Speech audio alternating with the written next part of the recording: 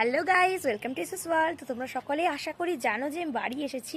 তো বাড়ি এসেও এদিক ওদিক যাওয়ার জন্য আমি একদম টাইম করতে পারিনি। ভেবেছিলাম আসার পর নিজের একটু স্কিন কেয়ার করব, একটু হেয়ার কেয়ার করব।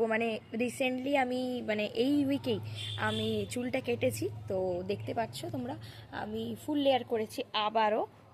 আগের বারে তো আমি পুরো এত লম্বা চুলটা আমি কেটে দিয়েছি, জাস্ট ফার্স্ট টাইম আমি অতটা লম্বা থেকে একদম ছোট করেছিলাম। তো আবার আমার 6 মাসের মধ্যেই অনেকটা বেড়ে গেছিলো, প্রায় এতখানি বেড়ে গেছিলো।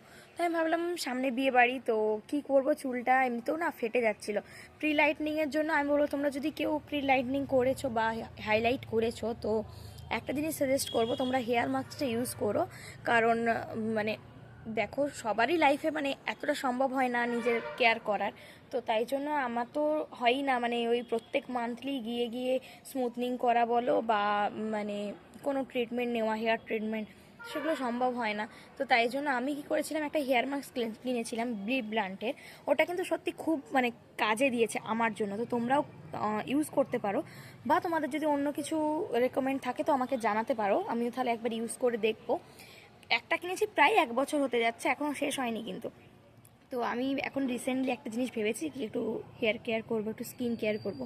সামনেও বিয়ে বাড়ি আছে, তো তোমরা একটু সাজেস্ট করো তোমাদের কি মনে হয়। দেখো, চোখের তলায় ডার্ক সার্কেলস হয়ে গেছে, আর চুলটাও প্রচণ্ড হেয়ারফল হচ্ছিল। ব্যাঙ্গালোরে যারা থাকো তারা তো জানোই হেয়ারফল কেমন হয়।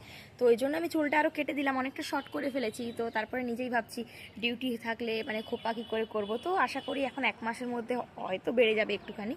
তো ঠিক আছে, তো thank you guys, thanks for watching. আর তোমাদের যদি কোনো সাজেশন আমাকে দেওয়ার থাকে তো বলতে পারো, তো আমি সেগুলো ট্রাই করব আমার স্কিনের জন্য আর হেয়ারের জন্য। ঠিক আছে, থ্যাংক ইউ।